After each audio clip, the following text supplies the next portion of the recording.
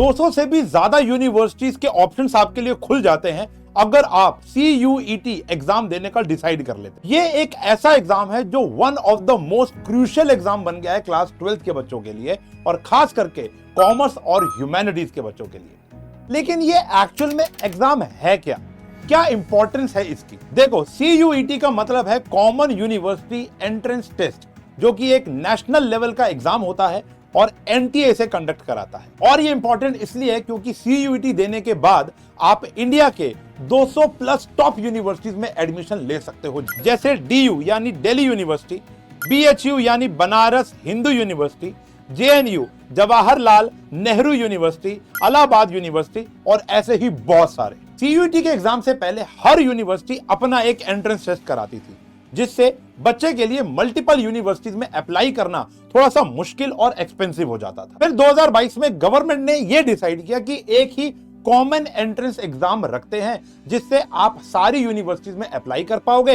अलग अलग यूनिवर्सिटीज में एग्जाम देने की कोई जरूरत नहीं है। एक ही एग्जाम से आप किसी भी यूनिवर्सिटी में एनरोल कर सकते हो और एडमिशन आराम से मिल जाएगा। और इसी वजह से आज की डेट में CUET one of the most important exam बन चुका है आफ्टर 12th, जो कि साइंस, ह्यूमैनिटीज और कॉमर्स कोई भी स्ट्रीम का बच्चा दे सकता है। अब ये चैनल पूरा का पूरा कॉमर्स के लिए डेडिकेटेड है, तो मैं यहां पर CUET के बेनिफिट बताऊंगा कॉमर्स के बच्चों के लिए। तो देखो बच्चों, अगर आप DU जैसे प्रेस्टिजियस सेंट्रल यूनिवर्सिटीज में SRCC के अंदर बड़े बड़े कॉलेजेस के अंदर एडमिशन लेना चाहते हो तो CUET का स्कोर मैंडेटरी होगा। तो आज के इस वीडियो के अंदर हम CUET के हर एक एस्पेक्ट के ऊपर बात करेंगे कि पेपर का फॉर्मेट क्या होता है, कैसे कंडक्ट होता है, क्या क्या पढ़ना होता है, कैसे कैसे पढ़ना होता है, 12th के साथ CUET मैनेज कैसे करूं।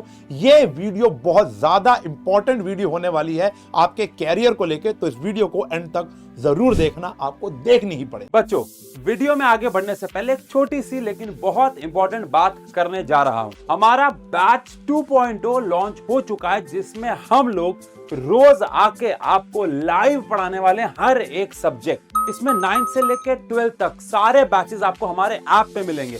साइंस के साथ साथ कॉमर्स, NDA और CUET के भी बैचेस अवेलेबल हैं। तो फिर देर किस बात की, डिस्क्रिप्शन में दिए गए और फर्स्ट पिन कमेंट में दिए गए लिंक को क्लिक करो और बनो साइंस एंड फन के पेड बैच का हिस्सा। याद रहे, जो डिस्काउंट है सारे पेड बैचेस में वो लिमिटेड टाइम के लिए ही वैलिड है।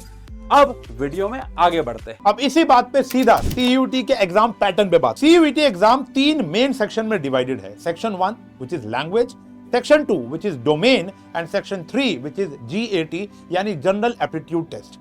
सेक्शन 1 के अंदर टोटल 13 लैंग्वेजेस हैं। जनरली बच्चा इंग्लिश या हिंदी में से सिलेक्ट करता है, लेकिन आप अपनी रीजनल लैंग्वेज को भी सिलेक्ट कर सकते हैं। सेक्शन 2 आता है डोमेन पार्ट, जिसके अंदर टोटल 23 सब्जेक्ट्स होते हैं। कॉमर्स वाले बच्चे के लिए इसमें अकाउंटेंसी, इकोनॉमिक्स, BST, मैथमेटिक्स, चाहे वो अप्लाइड हो चाहे वो कोर हो। साइंस वालों के लिए फिजिक्स, केमिस्ट्री, बायो वगैरह आ जाती है और ह्यूमैनिटीज वालों के लिए अपने रिस्पेक्टिव सब्जेक्ट जैसे economics, history, pol science, geography, ये सब चीजें होती है। सेक्शन 3 आता है जनरल एप्टीट्यूड टेस्ट। इसके अंदर होता है logical reasoning, quantitative aptitude, general knowledge वगैरह जैसे कुछ सब्जेक्ट्स होते हैं। हर एक सेक्शन का एग्जाम 60 मिनट का होता है और इसके अंदर 50 MCQs आपको अटेम्प्ट करने होते हैं। सही MCQ अटेम्प्ट करने पर आपको मिलते हैं 5 नंबर और अगर आपने गलत अटेम्प्ट कर दिया तो -1 यानी नेगेटिव मार्किंग हो जाएगी। तो ध्यान रहे, इस एग्जाम में भी नेगेटिव मार्किंग होती है, तो यहां पर तुक्काफिकेशन नहीं चलेगी। आपको सही आंसर पर फोकस करना पड़ेगा, कॉन्सेप्ट पे फोकस करना पड़ेगा। इसमें आप एवरेजली 5 सब्जेक्ट चूज कर सकते हो और इसका एग्जाम पैटर्न जो होता है वो CBT फॉर्मेट पे होता है, यानी कंप्यूटर बेस्ड टेस्ट। एक एग्जामिनेशन सेंटर अलॉट होगा जहां पर कंप्यूटर पर आपको उस पेपर को अटेम्प्ट करना होगा, यानी पेन पेपर वाला कोई सिस्टम नहीं है। तो जब भी मॉक टेस्ट की तैयारी करोगे तो कंप्यूटर पर ही बैठ कर। अब जैसे मैंने आपको बताया कि आपको 5 सब्जेक्ट चूज करने होंगे, तो इसका मतलब ये नहीं है कि आप रैंडमली किसी भी 5 सब्जेक्ट को चूज कर लो, जो पसंद आया वो रख लो। नहीं, आपको अपने टारगेटेड कोर्स या यूनिवर्सिटीज के हिसाब से इन 5 सब्जेक्ट का कॉम्बिनेशन बनाना होगा। देखो, हर यूनिवर्सिटी और कोर्स का अपना एक सब्जेक्ट कॉम्बो होता है। जैसे अगर DU से आपको BCom ऑनर्स करना है तो मैथ्स मैंडेटरी है, लेकिन अगर BCom प्रोग्राम या पास करना है तो वहां मैथ्स नहीं चाहिए। तो अपने ड्रीम कॉलेज की वेबसाइट जाकर चेक करो, वहां जरूर मेंशन होता है कि आपको कौन से सब्जेक्ट CUET एंट्रेंस में लेने ही पड़ेंगे। कॉमर्स स्टूडेंट के लिए यूजुअली जो कॉम्बो होता है वो पहला सेक्शन तो आता है इंग्लिश का, जो कि मैंडेटरी है, ये कोई ना कोई एक लैंग्वेज तो लेनी पड़ेगी। हिंदी या इंग्लिश जनरली बच्चे ये लेते हैं। दूसरा आता है डोमेन के अंदर या तो अकाउंटेंसी, बिजनेस स्टडीज, इकोनॉमिक्स और मैथमेटिक्स, अगर उस कॉलेज में उस कोर्स में वो रिक्वायरमेंट है तो। उसके बाद आपको जीएटी तो सभी बच्चों को देना ही देना। अब यहां पर एक सवाल आता है, कई बच्चे क्या करते हैं 11 12 तो कॉमर्स से पढ़ाई करते हैं, लेकिन उसके बाद उनको ह्यूमैनिटीज के कुछ कोर्सेज में इंटरेस्ट होता है या साइंस के कुछ कोर्सेज में इंटरेस्ट होता है। तो यहां पर भी आपको यूनिवर्सिटी या कॉलेज की वेबसाइट पे जाकर चेक करना पड़ेगा कि वो कोर्स स्विच करने का आपको ऑप्शन दे रहे हैं या नहीं दे रहे। तो भैया इस बात को अच्छे से नोट कर लो कि अगर गलत कॉम्बो आपने चूज कर लिया तो आपको यूनिवर्सिटी से रिजेक्ट भी किया जा सकता है। तो अपना कॉम्बो सोच समझ के और अच्छी सी रिसर्च करके तय कर। अब जब सब्जेक्ट्स का क्लियर आइडिया हो ही गया है तो इसके बाद हम एक इंपॉर्टेंट कंफ्यूजन को दूर कर लेते हैं, जो कि है बोर्ड्स वर्सेस सीयूईटी। देखो, बोर्ड और सीयूईटी को आप एक साथ प्रिपेयर कर सकते हो और मेजॉरिटी बच्चे ऐसे ही करते हैं, दोनों को एक साथ मैनेज करते हैं और चलाते हैं। अब देखो क्या होता है कि हमारा बोर्ड्स और सीयूईटी का सिलेबस लगभग सेम होता है, डोमेन का तो एकदम ही सेम है। जो हम थ्योरेटिकली पढ़ रहे हैं बोर्ड्स के लिए, सब्जेक्टिवली पढ़ रहे हैं बोर्ड्स के लिए, वो यहां पर हमारा सीयूईटी के अंदर एमसीक्यू फॉर्मेट में आ जाता है। हाँ, लेकिन इसके अंदर आपको यह ध्यान रखना पड़ता है कि आपको वीकली टारगेट्स बनाने पड़ते हैं, थोड़ा डिसिप्लिन रहना पड़ता है। और उसी चीज के ऊपर हम लोगों ने लॉन्च किया हाल ही में अपना सीयूईटी का 2.0 कोर्स। पहले भी हमने सीयूईटी 1.0 किया था, जिसमें हजारों बच्चों ने एनरोल किया और वो वीकेंड्स पे अपनी तैयारी धीरे धीरे आगे बढ़ा रहे हैं। और जब पेपर नजदीक आएगा तो उनकी तैयारी रैपिडली हम कराएंगे। तो अभी हम लोगों ने 2.0 लॉन्च किया, बड़े पॉकेट फ्रेंडली। आप प्राइस देखोगे तो आपको शायद यकीन नहीं होगा कि इतने कम प्राइसेस में हम सारे के सारे सब्जेक्ट, चाहे वो जीएटी हो, चाहे वो लैंग्वेज हो, चाहे वो डोमेन हो, हम आपको लाइव आकर पढ़ाएंगे। और सब कुछ एक ऐसे ऑर्गेनाइज मैनर में कि आपका डोमेन पार्ट, यानी जो आपका बोर्ड्स वाला पार्ट है, वो भी हर्ट नहीं होगा और साइड बाय साइड मक्खन के तरीके से आपकी सीयूईटी की तैयारी भी साथ साथ चलती रहेगी।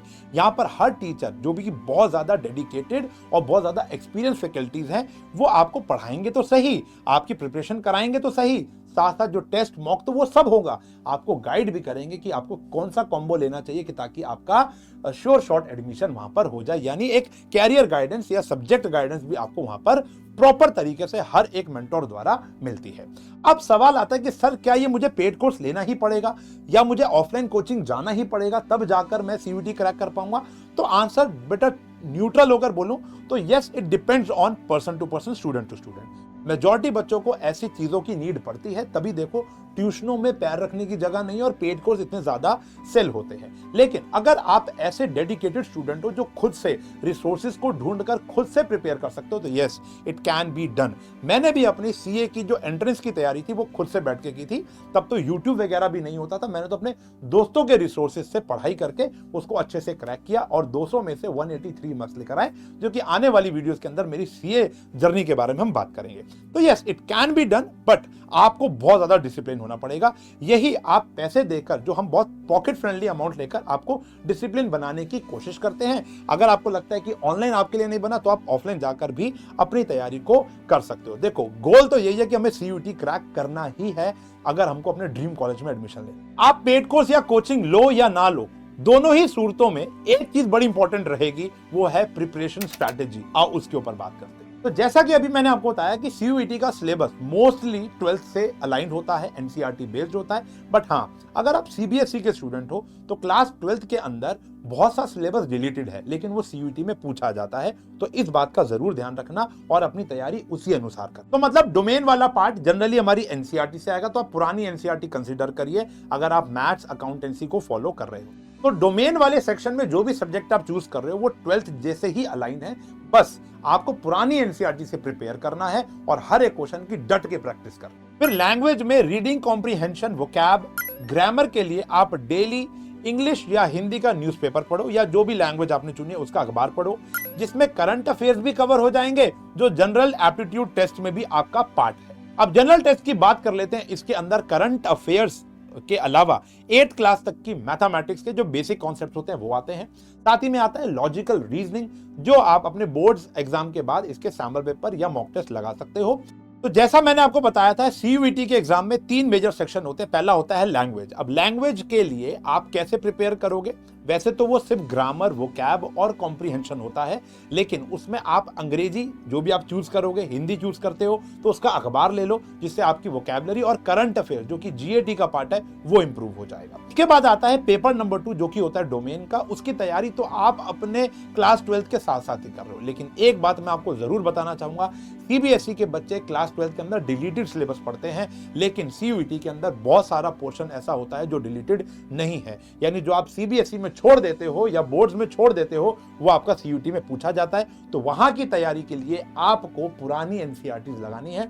जनरली एनसीईआरटी होता है बस आप बोर्ड में थ्योरी पार्ट पढ़ते हो और यहां पर आप एमसीक्यू फॉर्मेट में पढ़ते हो। फिर आता है आपका तीसरा पेपर, वो है general aptitude test.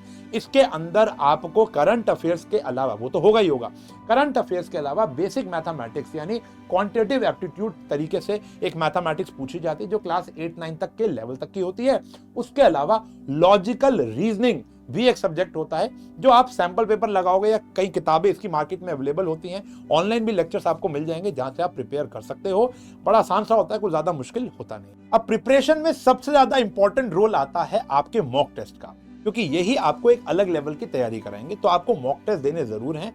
Previous year के पेपर्स आप सॉल्व करो, टाइम लिमिट डाल के सॉल्व करो, क्योंकि मोस्टली सीयूईटी के अंदर ये कंप्लेंट्स आती हैं कि बच्चों का पेपर टाइमली पूरा नहीं हुआ। फोकस करके आपको क्वेश्चन को अटेम्प्ट करना है, क्योंकि यहां पर नेगेटिव मार्किंग भी होती है, तो तुक्काफिकेशन नहीं चलेगी। और डे बाय डे मतलब ये प्रण ले लो कि हर महीने मैं एक जितना मैंने कंटेंट पढ़ लिया उसका मॉक टेस्ट जरूर लगा। तो अगर इस तरीके से आप अपनी प्रिपरेशन करते हो तो सीयूईटी इतना मुश्किल पेपर नहीं होता, आप इजीली इसे क्रैक कर सकते हो। तो बच्चों, आई होप आपको ये वीडियो काफी इंफॉर्मेटिव और यूजफुल लगी होगी और काफी सारी चीजें आपके डाउट क्लियर हो गए होंगे। लेकिन अभी भी अगर आपके मन में कोई क्वेश्चन या सवाल या कोई डाउट बचा है तो आप कमेंट में जरूर उसका मेंशन करना। मैं, मेरी टीम या आपके जो दोस्त हैं जो इस वीडियो को देख रहे हैं उस डाउट को पूरा करने की पूरी कोशिश करेंगे। मिलूंगा ऐसे और कंटेंट के साथ, तब तक के लिए bye bye, take care, have a nice day.